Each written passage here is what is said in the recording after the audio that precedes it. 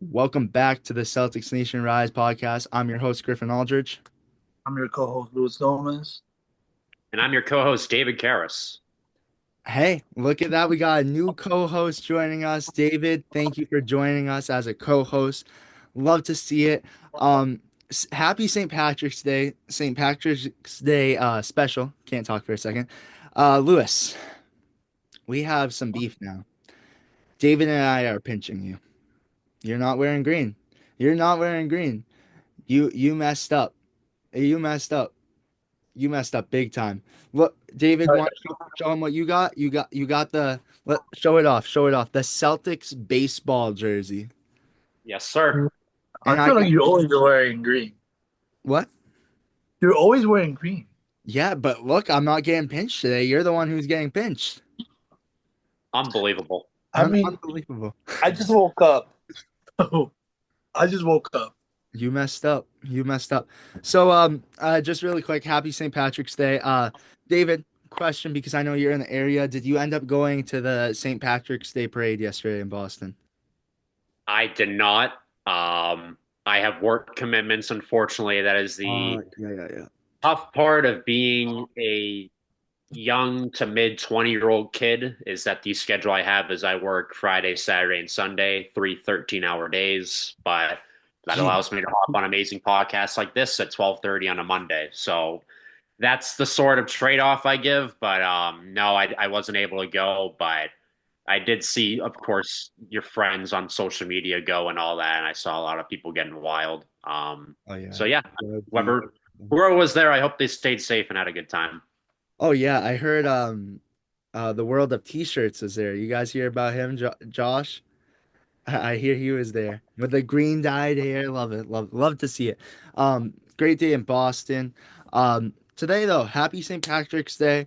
Celtics. Celtics are native to the Irish. I should pull up some facts about it, but I'm not going to because we're gonna wing this. So the Boston Celtics are 49 and 19. Um, how do we feel really quick? I want to start off with you, David. How do we feel on their play as of recently? We haven't met since last Wednesday. They played the Thunder, they played Miami, and they played the Nets once so far. How are we feeling on their play as of right now? Yeah, so I can break it down game by game. I wasn't too annoyed with us, at least offensively, against the Thunder. I honestly think that Thunder game is a true test to the idea that you need to look more, you need to actually be watching the games versus rather just looking at the stat sheet. Because we broke the NBA record in that game for most three pointers attempted was 63. But that was what the defense was giving us. And I haven't looked up the advanced stats, but just from watching that game, I felt comfortable with like 50 of those attempts we had. And we started in that first half, we were 15 to 36 from deep. And then, we went, we're really struggling shooting the ball in the second half. So if we were 15 to 36 in the first half, we were 4 of 27, or sorry, 5 of 27 in the second half. So, they were open looks, they just didn't fall. I think in that game, what really did us in was our discipline and not being able to rebound the ball. Tatum had some moments where Hartenstein was getting the best of him. Chet Holmgren was having his way on the boards too. And it's not a winning formula when you go into the bonus against the opponent with more than half the fourth quarter remaining. So OKC was shooting free throws the rest of the way. Yeah. Um, Really got to give credit to OKC though. Like they had a amazing game plan in that game where they took the 2 point shot away from us in that first half, and then they really limited us from 3 point range that second half and forced us to go with the two. They basically out Missoula balled us, which was honestly, a tip of the cap to them. So like, not upset about the loss. I mean, you never want to lose, but I just think, there's things we can clean up. And it was a fun game and what potentially could be a finals preview. And then the Miami game, I actually Wait, just rewatched this can I morning. Yeah, go Can I ahead. Go ahead. actually can I actually add on to that OKC thought? We'll 100%. go how about this? Let's just go game by game just to thoughts are fresh because I love what you said right there.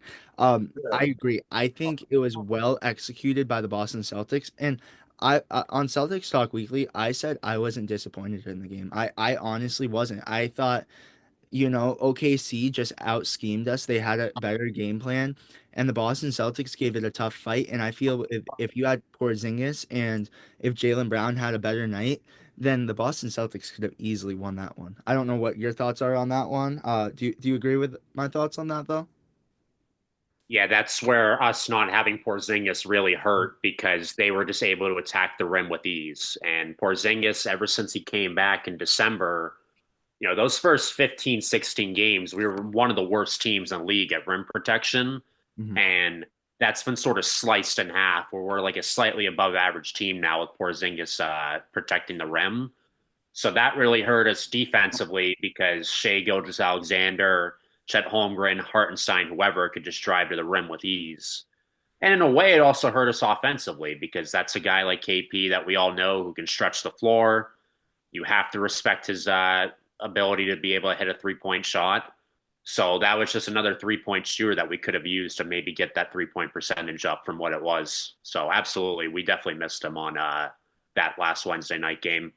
Yeah, for sure. I feel like that Yeah, was a. I feel like OKC was got lucky. They have like a good plan.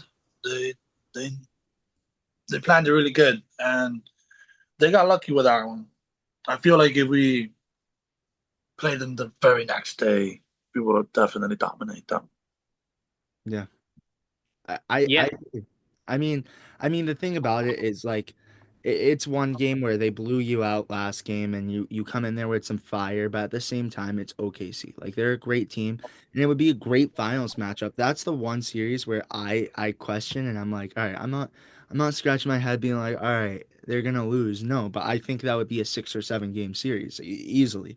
Especially without like obviously we KP's back healthy right now. But I'm saying like without KP, that would easily go to 7 games. And I don't know, Lewis, what are your thoughts on that? What David kind of already mentioned it. What are your thoughts? Do you see how much more of a asset that KP is, and just having him being able to play and just shoot that three ball and uh, like you said, that perimeter off not perimeter interior defense and offense, just being able to score the ball in the paint. What are your thoughts kind of on that? Do you think that kind of would have been a difference maker against OKC? I think so. Mhm. I really do. Maybe it could have been a changer. Like at least in that game. I really do. Yeah, I agree. But Um, something that we just gonna stay with the thoughts, and you can't we can't go back in time, but they should definitely consider him more, like more minutes and stuff like that. I agree. I agree. Um, Next one, David. You kind of already had us started on the Miami Heat. You want to get right into that one and kind of blow that one up for us? yeah. So it's funny. I actually just rewatched that game this morning, and I mean, the theme, I think you and Seamus talked about it, Griffin, when you did the post game for that show. And I love the first line that he said after you gave your answer, where the theme of the season for the Celtics has been a win is a win. Like that was a very ugly game, but there's absolutely some positives to always take away from when you win a game. Drew Holiday had his career high in points, I think 25. He was very aggressive to start the game, very aggressive to start that third quarter, and all our guys like had their moments, and Drew Holiday got off to a hot start, like I just said. Peyton Pritchard had a nice little stretch, I think, when he first checked in either the first or second quarter, where he had 5 straight points. Tatum had a stretch of, I think, 8 points in a row on his own. And then Derek White, as he's been doing his whole Celtics career, it feels like, just had an amazing fourth quarter and really closed it out with his 3-point shooting and his playmaking. So, not a complete game from start to finish, but I really thought those first 3 quarters, we weren't doing anything amazing defensively. Like we had our moments where we'd trap out a bio in a corner, or Derek White early in that fourth quarter had a block on Wiggins. But absolutely in that fourth quarter, our defense was tremendous, forcing turnovers and keeping up that intensity. I mean, we held the Miami Heat to 14 points in that fourth quarter, which is insane. And Incredible. they Incredible. were in the single digits with 10 minutes through the fourth quarter, something like that, scoring wise. So not a perfect game, and obviously we were missing Jaylen Brown. Still, the expectation is to blow out the Miami Heat. And I mean, a win is a win. It wasn't pretty, but I just liked how we bended, but we never broke. And anytime it felt like the Heat could honestly get away with it a little bit, and they were going on a little bit of a run, we stayed the course. We were able to either force turnovers or force misses. So yeah, I mean, just happy to add another win to the win column. And it's just been insane how much this rivalry or lack thereof at this point has switched in a little less than 2 years. Where ever since Miami got the better of us in 2023, we've only lost to them once in the last two seasons, including the playoffs. So That's incredible. That's it's incredible. crazy, crazy how times change, but it's always good to beat the Miami Heat. It is. I wish I still had my shirt that said "Beat the Heat." Um, I think another thing that stood out, like you said, it was kind of one of those games where it was like kind of a win is a win. It was an ugly one. It wasn't pretty. It was one where the only way you're watching that game is if you're a diehard Celtics fan. You know, that's really the only way you're getting up for that game or for the rivalry. I mean, either or. But if you're not a diehard Celtics fan, there's no way you watch all four quarters of that and you were locked in all the way through for sure. Um, but I also want to mention Derek White with 12 points, I think it was in the fourth quarter, who almost are I'm pretty sure it was that game. I'm pretty sure. But I think he almost outscored the Heat in that fourth quarter. Wait, was I right with the 12 points? I think you're close. I want to say Miami, or that's a good question. I'm not sure how many he scored in that fourth, but it's probably right around there. And It's then around Miami there. 14 as a team. So right, that's So impressive. almost scored out the Miami Heat in the fourth quarter. Incredible. Um, but other than that, it was just like David, you honestly wrapped it up perfectly. It was just like it was a game where Drew Holiday, you said, had his career season high. Sorry, not career high. But he also got Celtics Nation Rise MVP. So proud of him. He could have even maybe got it against the Brooklyn game with those 12 assists. I think it was 12 assists. Yep. Um, but he's just been it shows with Drew Holiday how much we've missed his play, and it kind of shows how much of a valuable asset he is on this Boston Celtics team. Lewis, what are your thoughts against the Miami Heat? It was a game, like David said, it's a win. You know, uh, Win is a it's a win. win. I wasn't that into it because I feel like recently the Heats are the Miami Heat are not the Heat like from 2 years ago. I Yep. really did. It's like I did. A win is a win, but for me, it's not that important because I feel like they're not in our level right now. We're in a different level, and it's like we know that we're better. Like y'all can't even compete with us. So I mean, that's the mentality. That's my mentality. You get me? There's definitely Miami fans that are Heat fans that are like, we're better and stuff like that. But from my point of view, it was just a win. You got me? It's not like important. Like the There Nuggets, if it's the Nuggets and the Cavs, yes, because those are the teams to beat right now. The Lakers, I enjoyed that one. Like stuff. You get me? Yeah. there Well, is still a chance we could be heading to Miami Celtics round four for the fourth straight year in a row, playoff wise. It's a very slim chance because we're likely locked in at number two and Miami's at number nine. But I think it could happen. Maybe. Very, very small chance, but it would be crazy if we faced the Heat 4 years in a row in the playoffs. I would love to see that. that would be I incredible. would love to see that. It's just for the rivalry too, and I love Yeah. what Tyler Hero said. He was like, "Oh, we could beat this Boston Celtics team." Sure, you guys are more than capable to beat the Boston Celtics because there's one reason. One, we downplay our opponents for one. For two, you're gonna play the best you have all season because you have nothing to lose. It's the defending champs. Like you're gonna give it your all every night.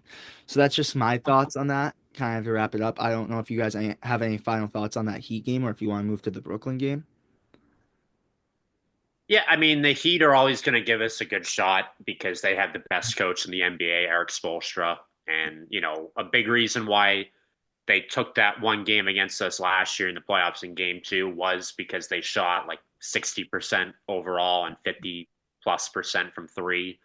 Very fluky numbers in today's NBA, but anytime you have Eric Spoelstra on your sideline, like he'll always give you a chance. He's the best coach in the NBA for a reason. So I would never, I would absolutely think the Celtics would and should crush the Heat in another potential playoff series, but I'd always say the Heat could at least get one or two games in any series they're a part of. Oh, 100%. I agree. And I would love to just see Celtics versus Heat just for just for the memories, like the rivalry because you look at it. Boston Celtics, they face the Lakers two times a year. If you're lucky, you'll get a finals appearance, which Yeah, when was the last time that happened? Who knows when? yeah, Um it's been a while. 2010, 2010. There we go. Look at David on that. Um 15 years ago. 15 years ago. See, so that was the last time we faced the Los Angeles Lakers more than two times in a season. So you're lucky if you get that rivalry game more than two times a season. So when you're talking Miami Heat, that's kind of transitioned into the new rivalry, I think more so for the Boston Celtics. I don't know what you Yeah, they're feel. also in the same division as us. Yeah, Yeah, and we get to face them more, yeah. and it's actually like, Created more of a rivalry. yeah, Yeah, I agree. Kind of like a Eastern Conference rivalry for sure. Um, I kind of wanted to move into Brooklyn now. A Brooklyn game coming tomorrow too, so we'll break that one down. But I want to start it off. I didn't watch the game, but I looked at the because I was at Kevin Hart. I know what the heck, Griffin. Uh, but I looked at the scoring and what a ugly game. Um, KP comes back, gives us 24 points, which I loved.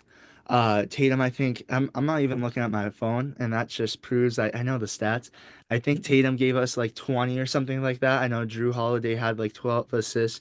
Um, so on paper it was just a team effort. I think Pritchard gave you in the 20s. Might be wrong on that. 22. 22, yeah, something like that. So overall, you saw like a team effort for sure. Jalen Brown going out questionable, right? He was questionable to going into the game, and then he said he's been struggling with back injuries. Let Jalen Brown rest. I'm not. I would rather have a healthy Celtics team going into playoffs than having a positive record. We already clinched the playoffs. We already clinched the playoffs. So just worry about getting players healthy, rest Porzingis even, like give yeah, him have him play a game, have him sit out a game. That's what I would do if I were coach. Same, I would start doing the same thing with Drew Holiday. Obviously, they're getting their feet right, so you're gonna see them play them more often. But then once we get closer, I talked about this on Celtics Talk Weekly. Go check out the Miami Heat game because I yapped about um the G League team and them resting their stars for like about 5 minutes because Sheamus was in the middle of a tornado. So crazy. I know. I'll leave the link in description. Go check it out. But yeah, I think it's getting to that time where you're gonna start resting players and you're gonna see games where Brooklyn Nets are a great example. They have nothing to lose. They're gonna play the best they can, even if they're trying to tank. They have nothing to lose against the Boston Celtics, so they're gonna give it 110% effort. So that's why I think that scoring outcome was so close. David, what are your thoughts? Yep. So I gotta rewatch this game. I watched it live because it happened at 6 o'clock, and I was just coming home from work on that Saturday. So I watched it live. I just gotta do a deeper dive of it. So I'll do a rewatch probably tomorrow. But yeah, you hit the nail on the head with your first point, where it was another ugly game. It should not have been this close against Brooklyn. We almost got, and I used this phrase earlier, we almost got out Missoula balled by the Brooklyn Nets. So Yep. Brooklyn did not shy away from shooting the three ball all night. They shot 20 of 46 from deep, and we only took 38 3 pointers, which is a little bit uncharacteristic, and we hit 13 of them. So that was how they stayed in the game. Um, we were up by 11 with, I think, less than 3 minutes to go. And it got very, very scary down the stretch because Brooklyn could just not stop hitting 3 pointers. We didn't do any favors either. I said this point about the Miami game, but we really didn't play any defense in this game. But A guy like Kristaps Porzingis saved us in that fourth quarter. He played the entire fourth quarter in this one in his first game back, which is crazy. I did not expect him to play 32 minutes after not playing for whatever it was, 8 of the last 9 games or whatever it's been. At least it's been around like a month since we've seen KP, but he played 12 consecutive minutes. He finished with 24 points. Thankfully, we got the scoring off the bench from Pritchard, but yeah, just another game where happy that we escaped with the win. 7 turnovers, can't be mad about that. That's pretty low. I thought our ball movement was pretty crisp when our offense was on firing on all cylinders. Reminiscent of what we did earlier in the season, where all 5 guys or 4 guys on the court touch the ball to get the open looks. I'd love if we can keep doing that. So, yeah, I think it's a little bit of a fluky game. It definitely shouldn't have been this close, given that I don't think Brooklyn will shoot 43% again, at least consistently. I don't know any team that really does that. So, yeah, just good to walk away with the win. And obviously, the biggest question coming out of that, as you also said, Griffin, is Jaylen Brown left the game early with back spasms. So, we'll see if he plays tomorrow night. And then if he doesn't play tomorrow night, then our last big West Coast road trip starts Friday against Utah. So it'll be interesting to see how they manage Jaylen Brown the rest of the regular season. I agree. You said it perfectly. Lewis, what are your thoughts? I didn't watch this game. It was on Saturday, right?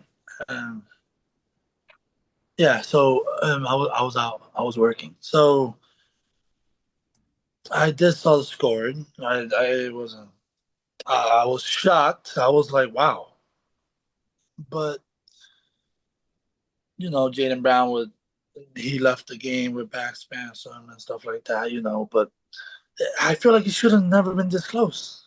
No. It should have never been this close. I was actually shocked, to be honest. I was like, wow, we beat them. We barely beat them. Yeah, I agree. But Rough game. like, a win is a win, but you also want to dominate. You get me? You don't want to win by just 2 points.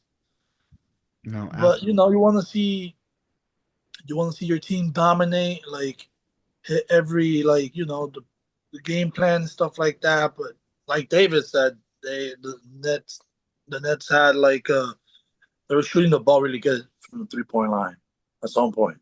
Yeah. I did hear that from a lot of people, Yeah, like in X and stuff like that. But yeah, but at the end of the day, what matters is that we got the dub, and this one. hopefully tomorrow we could beat them how we should. Yeah, 49 and 19 as of right now.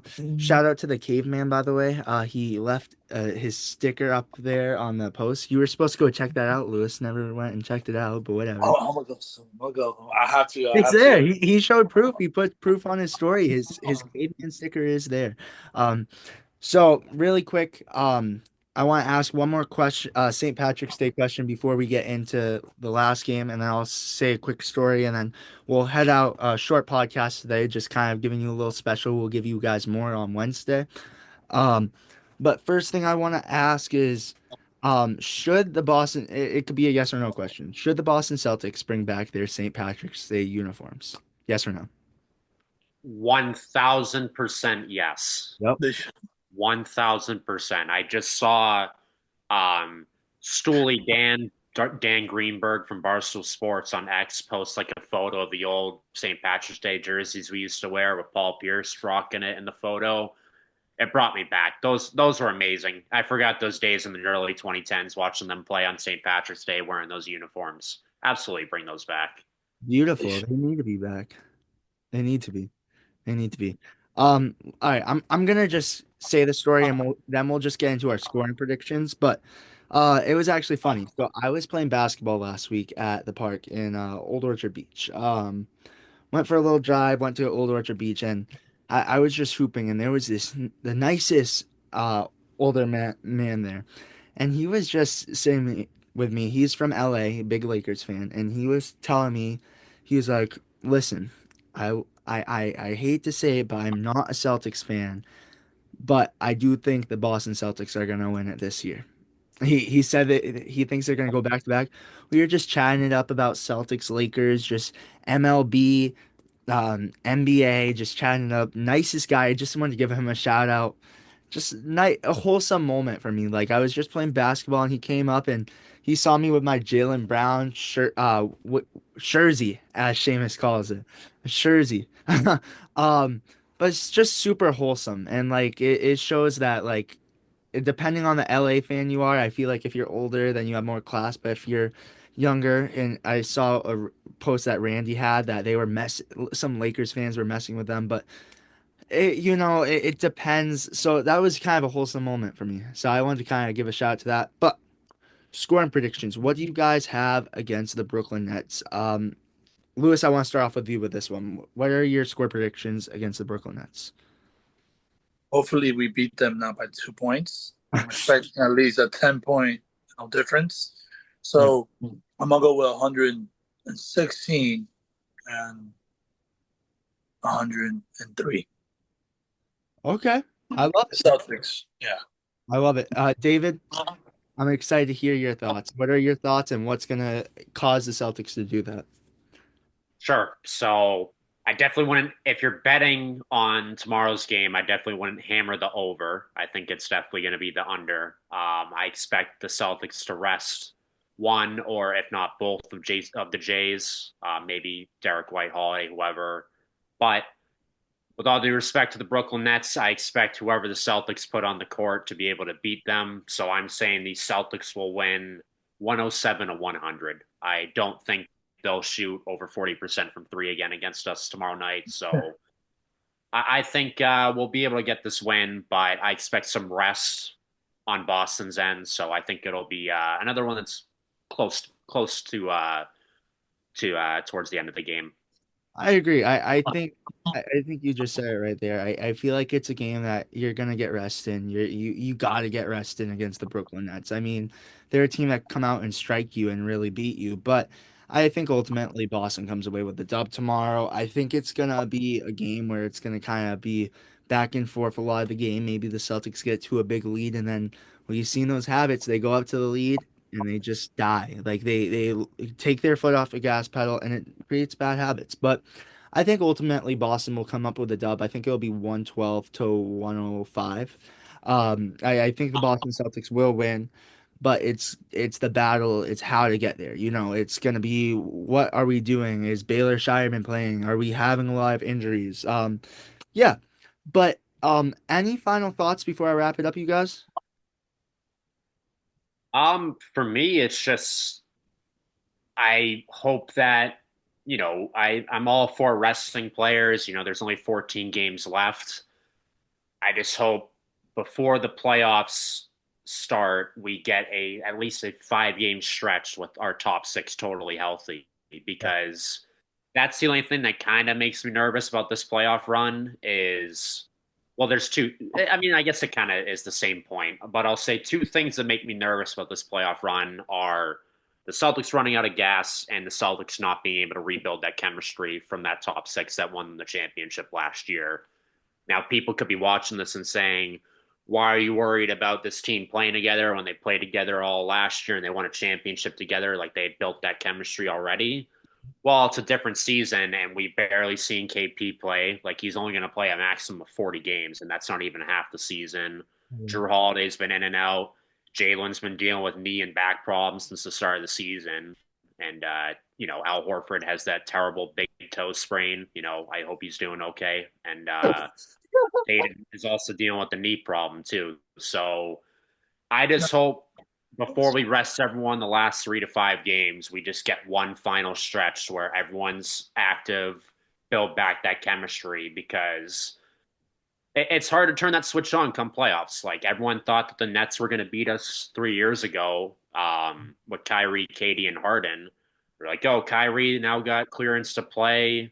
Katie's healthy and Harden's going to be healthy. Like, look out, Boston. This is the scariest 7 seed of all time. Had they had the chemistry and had they all played together consistently throughout the regular season, that series in 2022 could be a different story. But that is a perfect example for me of a team just not being able to flip the switch like anyone thinks they can. So I just hope we get a stretch coming up soon where everyone's healthy, everyone's playing 30, 35 minutes a game, and then rest everyone, then I'll feel more comfortable. That's just the last thing I want to see out of this group I this love You regular. actually, you actually have a point. That's actually true. Like not every year is the same. Even if it's not, even if it's the same group of people, like everything's like, like there's injuries Mhm. recently. Every year is different. That kind of makes sense a lot. But I understand that people are thinking like, because we just won and you keep winning and you get me like you're thinking, can we go back to back? You get me? Can we? And because of the injuries and stuff like that, people could get negative. Yeah. I And do even have, though, yeah, Louis, I gotta stop you there because we're literally running out of time. But I want to finish this conversation and get more in depth into it on Wednesday. So, you guys, this is the perfect time. We are ending at a cliffhanger. We will see you guys Wednesday. Thank you guys for watching. Peace, guys. Happy St. Patrick's Day.